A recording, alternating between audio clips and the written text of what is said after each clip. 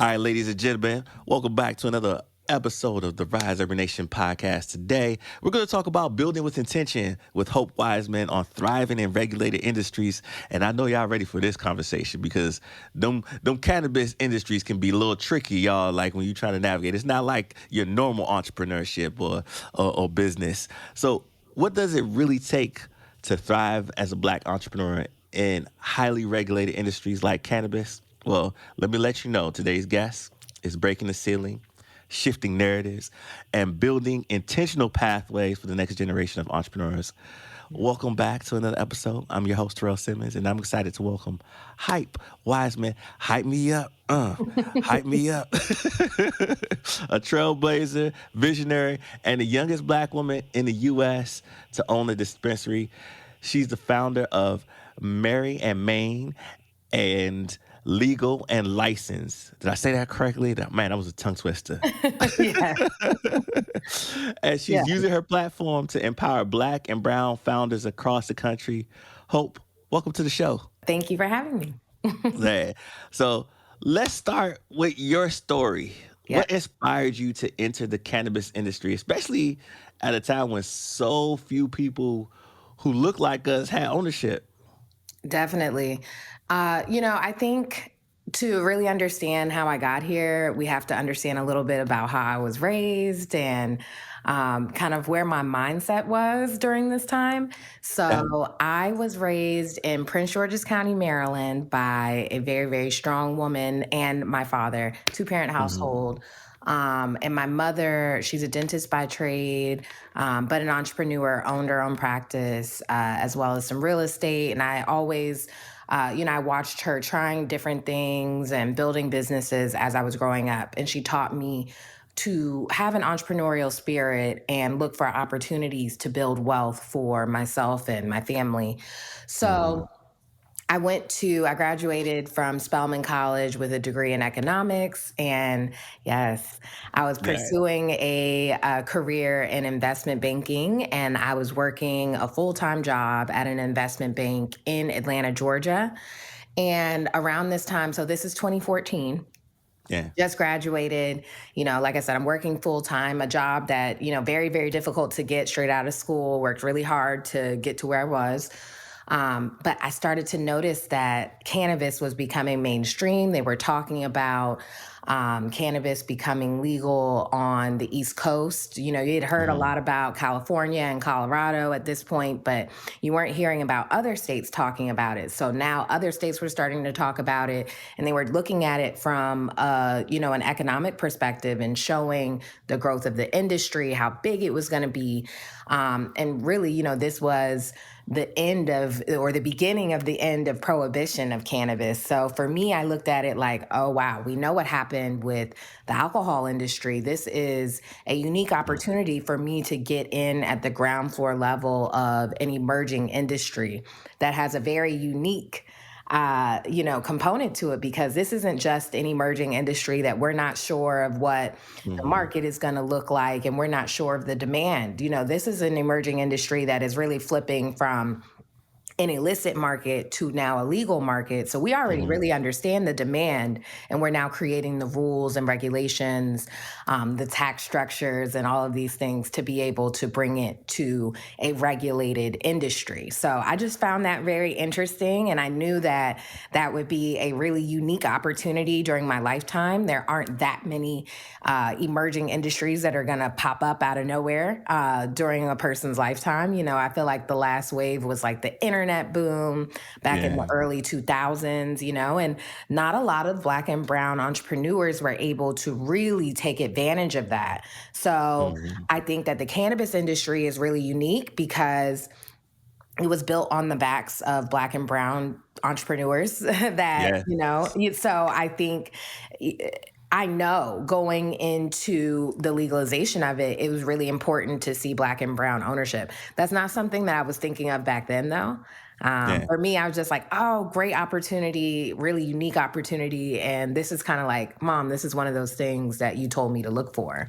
So Yeah. that's where my head was back then. Man, and I love that. And when I think about this, how you described it, you weren't just entering a new industry; you were also building a legacy for yourself, and it's twofold legacies because legacy for what you're doing for you and entering into this field, and legacy for us as Black people. Because if you look at the history of the war on drugs, right, the war on drugs put a lot of Black and brown people in jail just for a little possession of some Possession. marijuana, Yeah. right? Not to mention those that were arrested for actual distribution and all of that, but even just for possession, having a joint Man, in your pocket.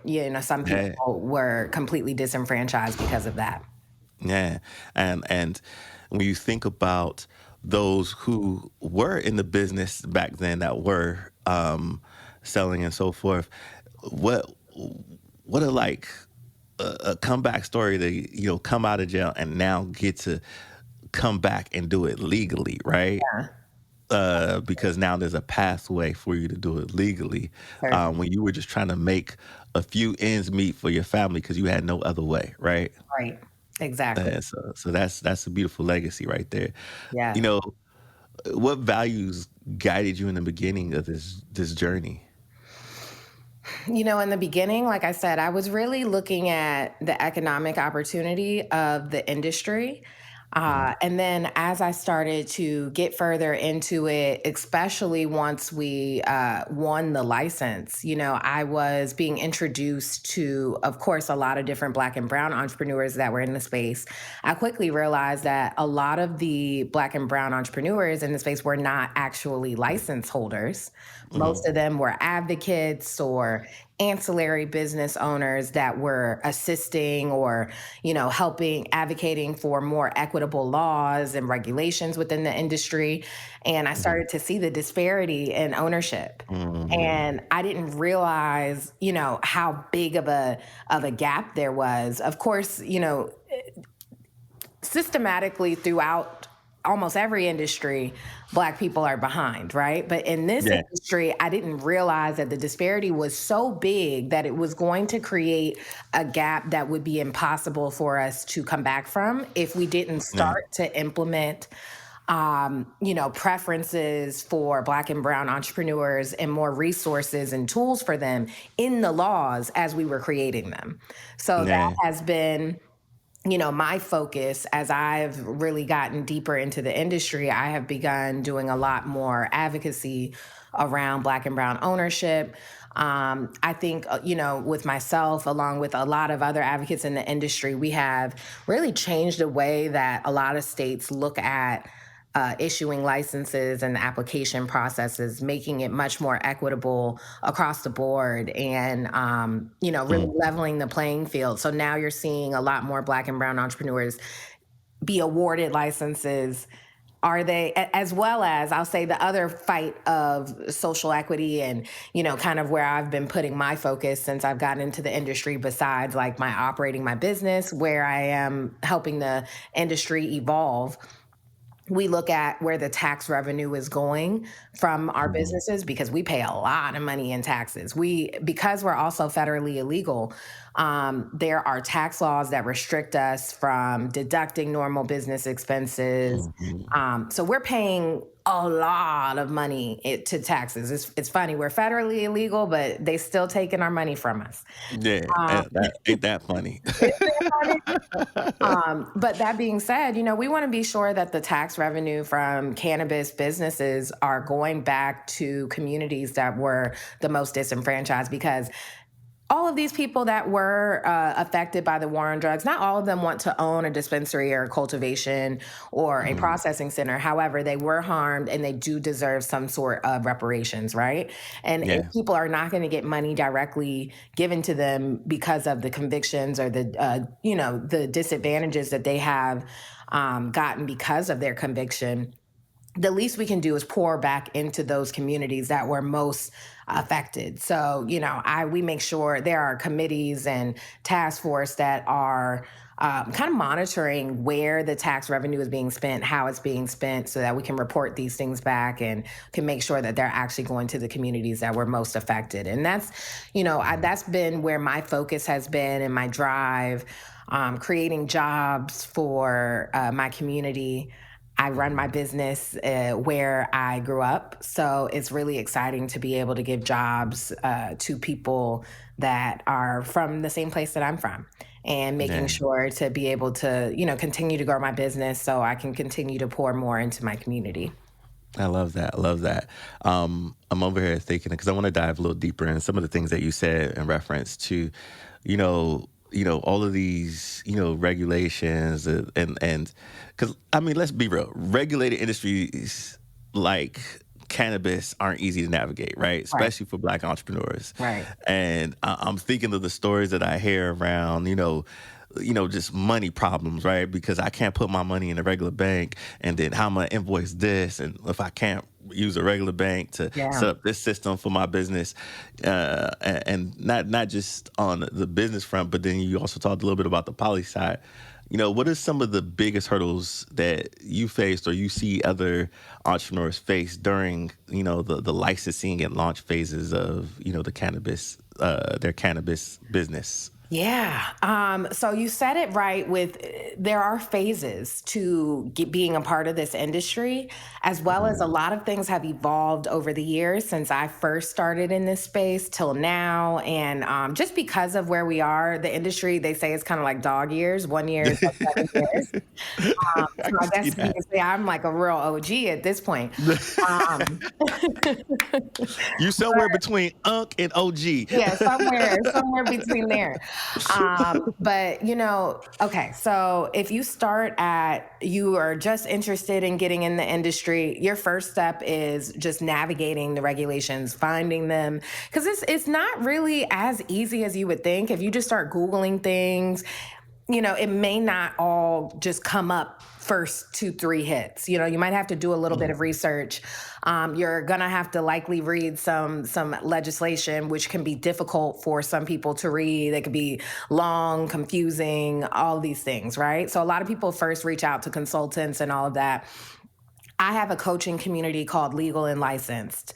mhm, And the purpose of Legal and Licensed is to really break down this industry from, in the beginning all the way down to the point where you're ready to begin operating your business. So demystifying the licensing process, the regulatory process, and helping you understand the regulations so you don't really need to go through a consultant, or if you do mhm, work with a consultant, you understand what is happening around you. You can't be taken advantage of, and you mhm. can really understand what's happening and participate in the process, right? Yeah. So, in the very beginning, when you're navigating the regulations, you go to the state website. It's going to be whatever .gov, and then you'll look up whatever legislation that already exists around your industry.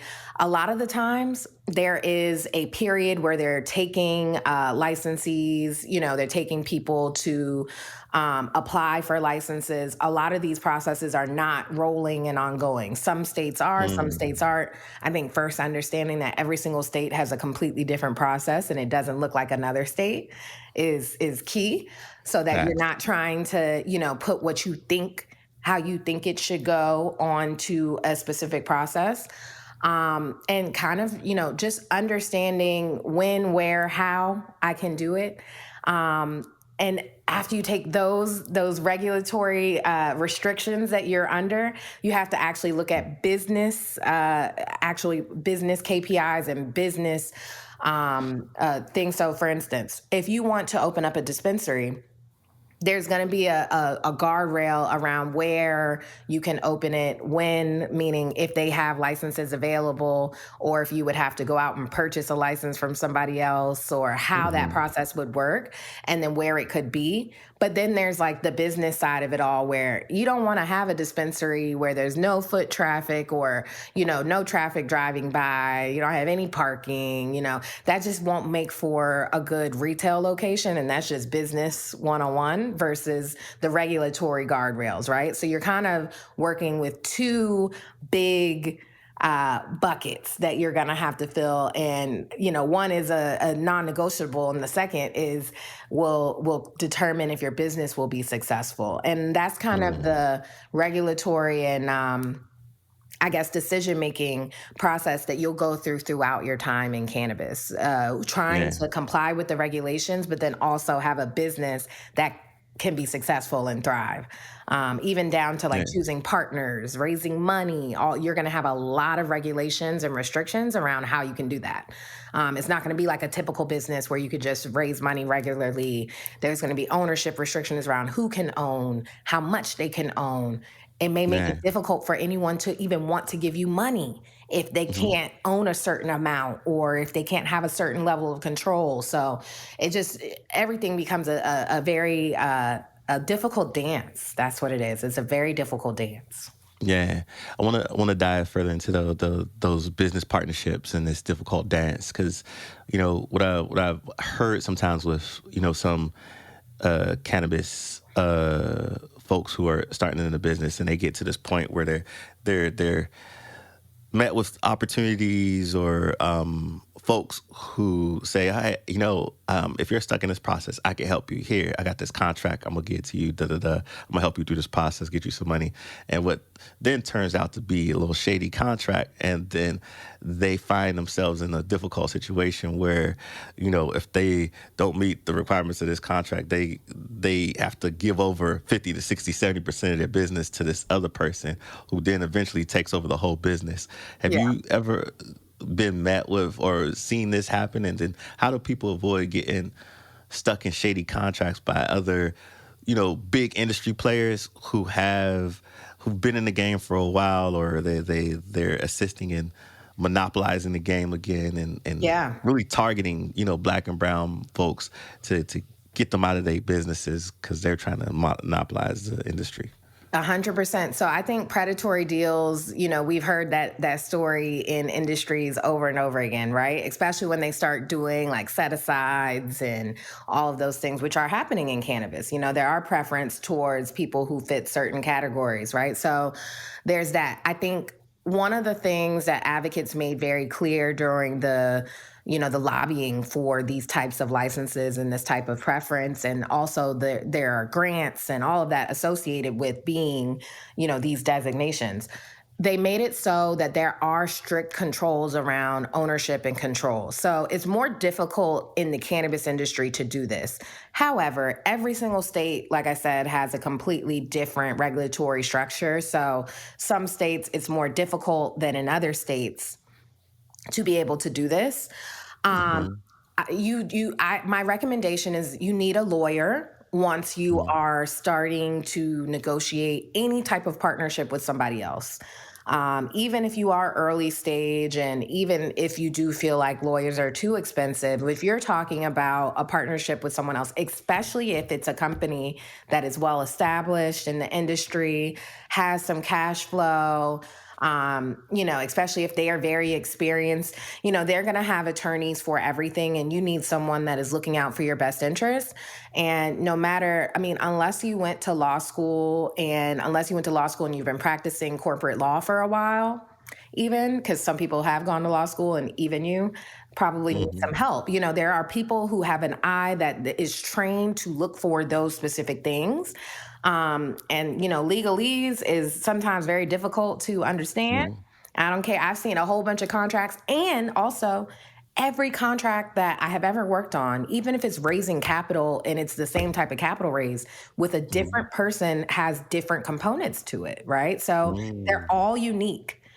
Mhm. There's no boilerplate really contract, especially in cannabis, especially because there's a unique situation for every single license that you're trying to go after.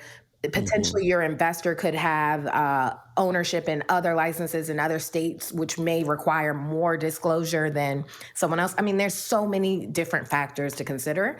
So you need an attorney to help you navigate these things, and I think that they will immediately look for, oh, okay, if this is structured as a convertible note, um, is this something they could default on you if you miss one payment within 2 days? Is there no Mhm. cure period? Is there this? Are they going to, and when they default, do they take your business, get your building, be able to lock your doors from you after 5 days?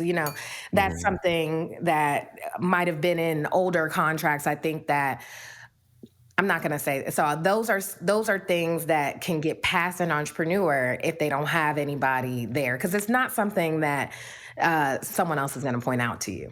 It's Yeah. something you're going to have to read for yourself. So that's my biggest advice to folks. I know it can be expensive, but when you start getting into partnership negotiations, especially with a company that's more established than you should Mhm. go through getting an attorney. Having chat gpt analyze may help you pick out some things Mhm. that you might not have noticed, but they may Mhm. miss something. And also, chat is not going to understand the unique regulations and restrictions and controls that you'll need in place for your state and this industry. Yeah, no worries. I'm over here thinking, like, man, some people, if I had to start a cannabis business, I'd be so overwhelmed because this song and dance and so many things. Like, I'm looking at you in awe because, like, I mean, were there ever moments that you thought about just walking away? And if so, what kept you going? Of course, of course. I actually like say to my mom all the time, I'm like, man, we could have like, sold hair or something easier than this. My mother and I run our business together for those Yeah. listeners that don't know. But yeah, I think that what keeps me going is just understanding that the representation of our business in the industry has brought a lot of people hope. It has helped a lot of Black and Brown entrepreneurs, one, find inspiration to get into the industry, and then Mhm. also have resources and tools and a blueprint to look at on how to navigate the space. And we are still every day learning more and building and becoming stronger and better Mhm. as a company. And me, I look to part of my career mission is to give back and to create that space for Black and Brown entrepreneurs. When I first got into the industry, I had no idea that that would become like a part of our story, and become a part of what we do. I was really just thinking more like, for myself, for my family, building something and creating that legacy for us. But we've realized with all of the press and the media that we really have given other folks inspiration. I've been able to influence legislation throughout the country and even federal legislation, and be a part of creating this industry to be what we want it to be. And I think that that's so exciting. Mhm. And that keeps me going when this industry seems too complex or difficult. I Um, love it. yeah, we're part of creating history. Yeah, you are. And I think the thing that comes up for me when I'm talking to you is just that your resilience. That you just have some strong resilience that is powerful. For our listeners who may feel stuck, what mindset shift made the biggest difference for you to help you stay resilient or keep moving forward? Like, what would you give them as the thing that helped them put in their toolbox? 100%. So I had to do a lot of self work, a lot of, they call it shadow work, whatever you want to call it, Mm. as I was Okay, you building. about to start a whole nother podcast about this Yeah. shadow work now. Okay, girl. Well, I think a lot of people just look at business like, oh, what tools do I need? What resources do I need? I need to raise money. I need to build this, rock star team and all this stuff. And a lot of the times, like, you just need to do a lot of internal work. One, to Mhm. realize like what you really need, like what tools and resources you possess yourself, and then what kind of team you need to build around you, not to Mhm. mention to kind of like keep you sane and help you have some sort of balance in your life, right? So Yeah. I have done so much of that over the past 10, 11 years of my journey in entrepreneurship, because I was extremely young. I'm a woman in a male dominated industry. I'm a And Black you a woman. black woman in the male dominant industry. Mhm. Yeah, that three intersection, that 3 point intersection created a really unique little bubble for me, and I was alone. And navigating that, and then on top of that, it's an industry that just didn't have just a lot of people in it at all yet, and it still had a huge stigma associated with it back in 2014. Mm. It still exists. It's just a lot better now. People have accepted the industry as more of a corporate thing. So all that being said, for me, I really had to figure out who I was, what I cared about, what's most important to me. And I mean, that gets hard because in the beginning you think it's like money, and like Yeah. success is equal to money. I think that that's what most people equate these things to, even if you don't Yeah. say it out your mouth, like subconsciously, you do. Mhm. And then what happens is you start making money and stuff, and you just realize how that's not it. You know what I mean? That's not it. That's not what is going to bring you the happiness. It's really the what you can do with it. Money is a tool, Yeah. and what you're doing with it. Those are the things that can bring happiness. So I'm not going to say money doesn't bring happiness, but it's really what you do with it that can. Yeah. And then there are a lot of other things that can fulfill you. So for me, it was understanding like the things that actually move me are helping other people, creating pathways for others, creating something that can live on past me. I think, and Mm. my mother and I talk about it a lot, creating legacy that will live on in our family for generations past us is important. And that Yeah. takes very intentional, strategic moves while we're alive. This very, very, most families after a generation or two, you're not talking about great, great, great, great, great grandma. Mhm. And shoot, in the black community, we don't even know who those people are most of the time. Yeah. We don't. So we're trying to create that while we're here. And that pushes me, that keeps me motivated, that keeps Mhm. me excited every day when the mundane, talking to lawyers, reading contracts, answering emails, all of that stuff gets mundane, right? But when I know that there's a purpose behind it and I kind of see that North Star, that's how I can keep motivated. And I had to really learn, when I'm stressed out, how do I calm down? When, what's most important to me? Who are the 10 people or so I need to make sure I'm talking to every month? Because without them, I wouldn't be. This is all work that took years for me to Yeah. figure out. And it was just as important as pouring into my business. And it's continuous. You continuously locate trauma and have to fix it in your life. And Yeah. you continuously accumulate more trauma and have to fix it. Because if So not, it's so it shows important. up in your business. If you don't do the self work, that shadow work, it shows up in your business, and it could potentially sabotage something Mhm. in your business or a relationship in your business. And so that's why the shadow work is just important as the work that you're doing the business. And so I'm glad that you mentioned that, because I tell entrepreneurs that all the time, and until they get to those pivotal points, they don't understand and believe it. And I love the lesson that you're sharing with us around legacy, because I'm thinking, when it comes to wealth, we don't have enough of these conversations in our communities about living legacy for your great grandparents. We have legacy of things that are passed down, but sometimes we don't even know where that thing came from. Like there was this one story, I can't remember where I heard it, where a young man was asking the mom, because she cuts off the top of a turkey and the turkey legs and put them in sideways, and she's like, that's what makes it stay so juicy? Is that why you do it that way? And she's Mhm. like, I don't know, I never knew why we did that. Ask her grandma, why did we do that? I don't know, let me ask great grandma. And then she said, oh, because my grandmother did it because we had a small oven. We couldn't fit a whole turkey in there, so that's why we had to chop it off, and we did it that way. Mhm. Not even knowing they passed down legacy, not knowing why they did the thing that they did. Yep. And we do it. We do it all the time. We pass down legacy. We just don't know where it comes from or why it came down that way, right? And Mhm. once we start to understand that, we'll understand how great we are and the things that we have already built inside of us Already that built. came from generations and generations and generations. Mhm. Okay. So thank you for sharing that. Let's pivot for a second, Mhm. to what worked. You've built a successful dispensary, developed legal and licensed, and even Mhm. featured in the Tribeca primary premiere documentary Kiss My Grass. I gotta go Yes. see that now. I don't know you got to tell us where we can go see it. But what would you say were the most pivotal strategies behind your success around all these things?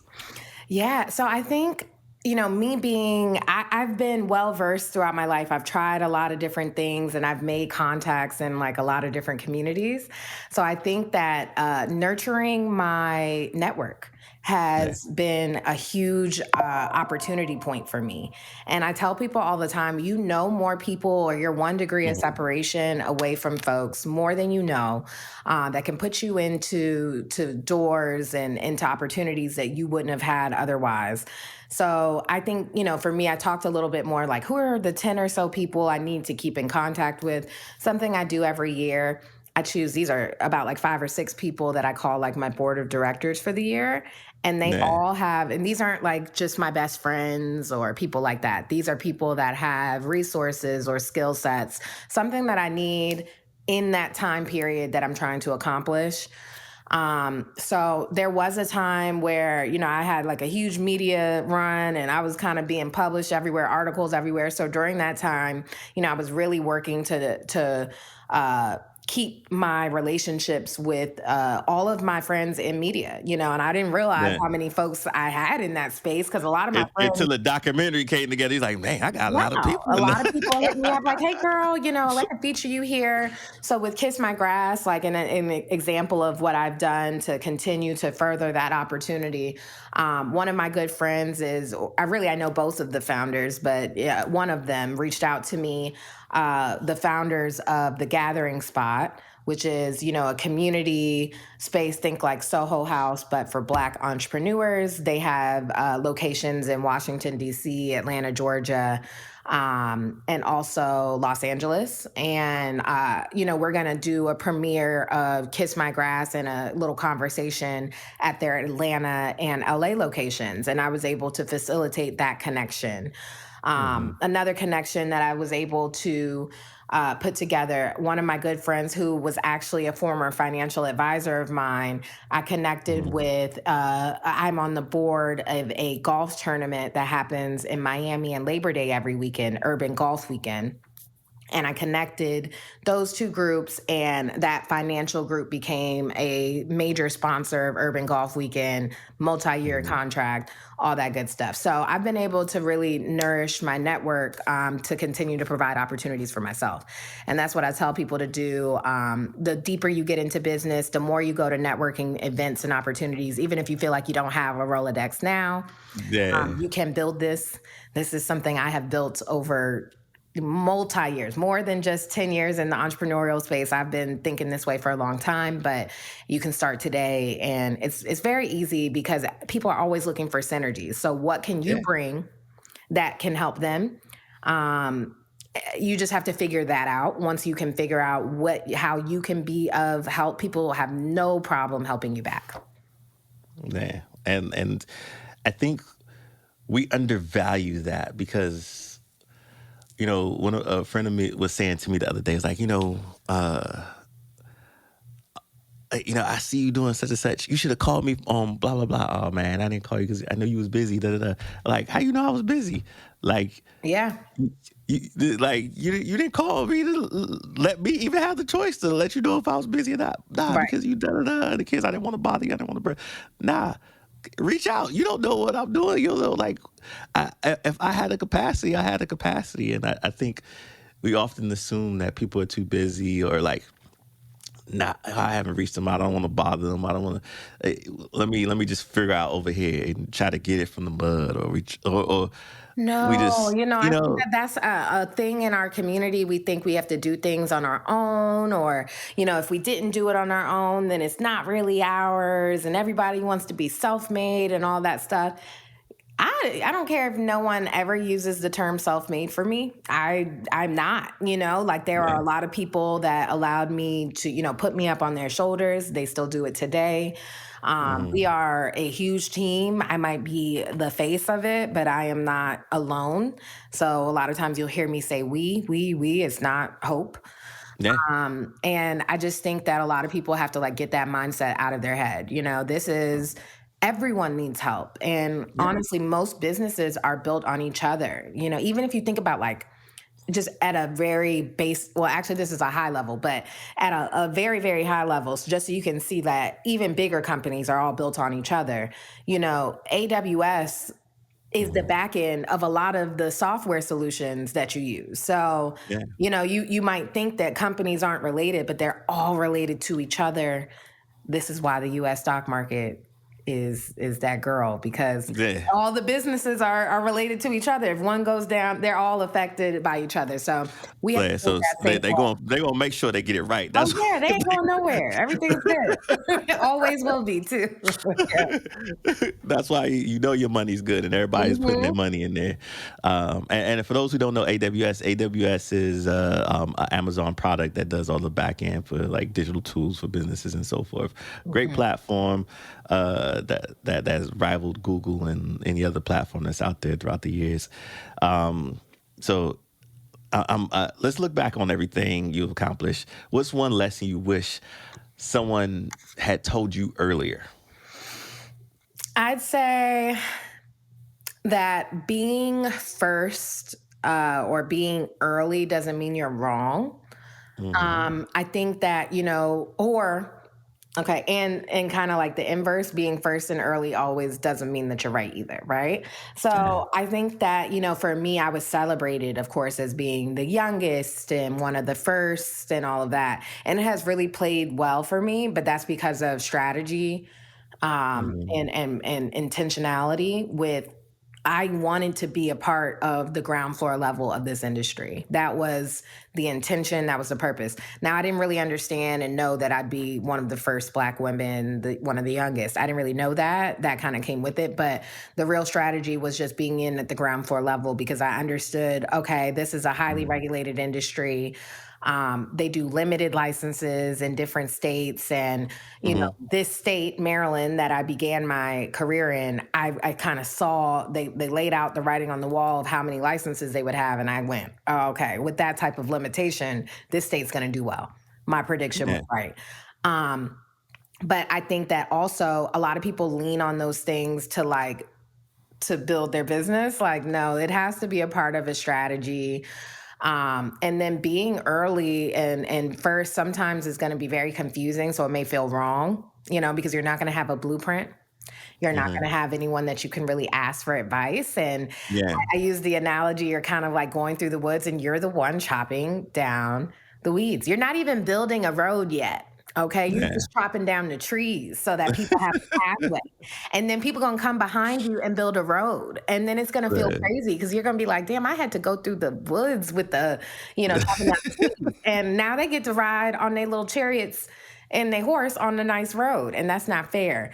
Um, Good. but it comes with the territory of being a pioneer, and Yeah. it should feel more exciting that you were able to create that space for others. Yeah. And you'll always be regarded as the one who chopped down the trees to allow those folks to come in. So, just stay. I think I tell people to, fall in love with the journey and not the goal of the outcome, because Yeah. that may change and pivot. But if you fall in love with the journey, it's going to take you much further in this thing. 100%. Um, what's your message to young Black entrepreneurs trying to break into the industry this industry that just wasn't built for them? 100%. So, that is all that legal and licensed is focused on, making sure that Black and brown entrepreneurs have a space. So, if you're interested in getting into cannabis, definitely check out legalandlicensed.com. But my main advice to entrepreneurs looking to break into this space is to get educated, but be prepared for complexity. Hmm. Cannabis is not simple. It's not like just launching a t shirt business or any type of regular product business. It is highly regulated, it is extremely capital intensive. And the regulations and laws are forever changing. So it's really important that you have a strong hold on the compliance and the regulatory structure that you will have to operate in, which is different Hmm. in every single state. And some even local municipalities have some rules, regulations, and sometimes they're even their own application process. You should have a pretty strong hold on corporate finance and Mm-hmm. how businesses, the back end finances of a business works.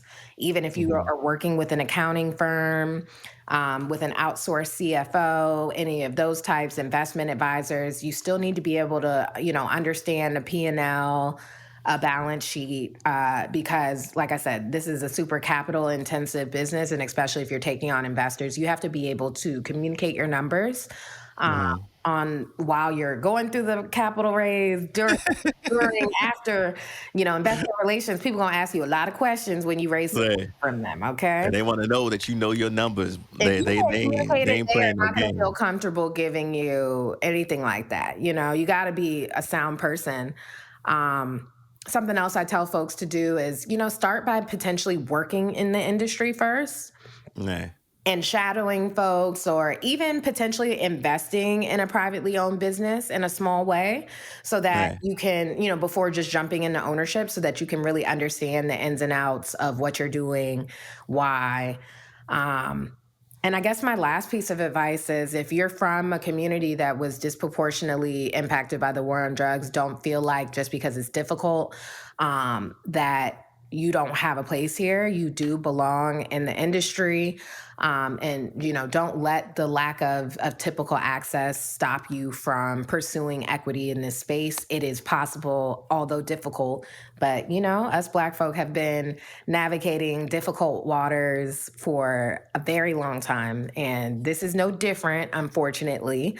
However, I do think that this industry is prioritizing social equity, Black ownership, more so than almost any other industry that I have seen in a long time. So there are more opportunities here than anywhere. And there are folks like me who are, Mhm. giving out as much knowledge as we possibly can, because the industry is being made and shaped right now.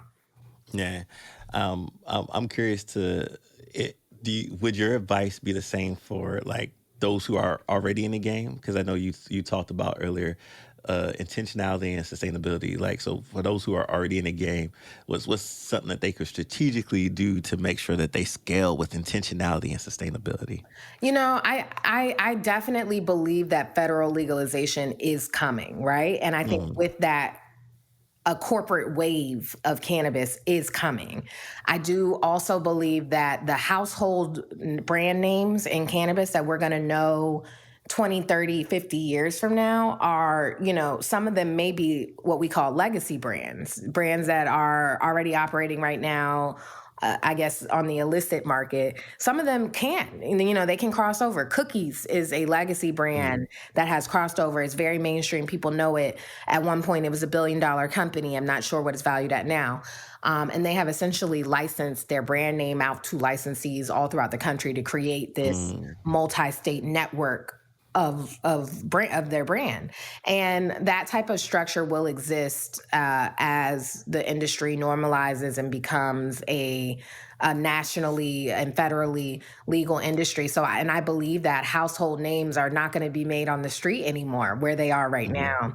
So if a legacy brand plans to be, a legacy brand Mm-hmm. in this space, like a true legacy one, like in the alcohol industry, like the Brown Foremans and the Mm-hmm. Bacardi USAs that own all these brands. If you want to be one of those, it is important to start looking at licensing. It's Yeah. important to start looking at how to legalize your business, or how to become associated with a legal producer that you could potentially license out your IP, because you don't need a license to go out and trademark your brand name and really create processes and real IP around your brand, and then go and license that to someone that maybe has a cultivator's license or a processing license in a state. That's a way to get your brand Mm-hmm. in a state in a legal way without you going through the whole application process and having to stand up a legal regulated entity that has all these different things. That could be a way to get into the space. But I do think that is something that, if you're operating kind of on the legacy market right now, in Mm-hmm. the next like 5 to 10 years, the legacy market I'm sure they have already seen in the past 10 years the Hmm. decline of the cannabis legacy market. And I believe that will continue to decline. There's always going to be like a black market of every industry, but it's not going to be making the household names anymore. Right now, the culture Yeah. lives on the street, and it will not always be that way. Just like Mhm. within alcohol, bootleggers are, Yeah. I'm sure there are still people out here that are selling alcohol, and there are people that there's a Yeah. black market for alcohol, but like they're not the brands we all know, and the alcohol that we all drink are not bootlegged brands. And your Yeah. cousin buying that, is those are not the influencers and the makers that are kind of making the industry. The people associated George Clooney with Casamigos, like that's gonna be the way of the cannabis industry Yeah. long I can term. totally see in that. I'm over here dreaming as you're talking about this. I was like, man, I could see her becoming the Bacardi Inc. of this industry. She got like all of the brands underneath her. I see it. That's a legacy play right there. I'm gonna put that into existence because I'm Thank hoping you. that 10 years from now I see that and I was like, yeah, I remember talking to her. Thank you. I'm definitely. And it- I have big plans and all that good stuff. But I'll say this: I'm not too big to take alternative routes and all of that. Like the goal of this, the start of it was to start building wealth for my family, and that's the but ultimate goal. Although I do want to create opportunities for everyone else as well. yeah, you kind of remind me of the what's this girl's name? Are you familiar with Uncle Nearest? Yeah, Fawn Weaver. Yeah, Yeah, I've Bob actually Weaver. gotten that before. Yeah, you remind me of the cannabis version of her because you got the video out because that's how I first found out about her when the video that went Yeah, viral about her about uh the black man that taught Jack Daniels Uncle how to make Nearest. whiskey, and then she found that story. That she went to find the people. Then she started the brand up, and then it just became this thing. So you Yeah, kind of she's remind me so of the impressive. What an impressive woman, strong, resilient, and has taken kind of a piece of Black history, preserved it, and turned it into a movement. So I am yeah. honored to be compared to her. Yeah, you kind of remind me of that. Like you are our found weaver for the cannabis industry, Thank and you. I see nothing but great things ahead of you. I'm gonna put that into existence, Thank and we here to rock and support you along the way as you elevate us, elevate our stories, elevate us into this industry, and you. we appreciate you. Um, Hope. Your journey is proof that with intention, resilience, and purpose, we can build legacies in spaces that weren't meant for us. Yeah. Before we wrap up, where can folks follow you, support your work? Oh, and tell them where they get to see the video too. Yes, yes, yes. Okay, so Kiss My Grass, it is right now, it's not just widely being produced. We are premiering at different film festivals right now, working to get it picked up so that you guys can watch it anywhere. So, next place that you'll be able to see it, it was at Tribeca. Now, the Gathering Spot is going to be doing a little viewing tour. So, that schedule should be released within the next month or so. So, we'll make sure to share it with you guys once it is. But if you are looking for me, I'm most active on Instagram or LinkedIn. So Hope Wiseman on LinkedIn. I am Hope So Dope on Instagram. You can find more about legal and license. So if you're interested in joining the cannabis industry or you just want to learn more, go look us up, legalandlicense.com. It's a free community. There is a paid tier for even more resources, but it's a free community. So I want to see everybody in there. We do monthly Q&A calls and lots of different resources in there for future cannabineurs. And then if you're in the Maryland DMV area and you want to visit our retail location, Marion, Maine, we're right in Capitol Heights.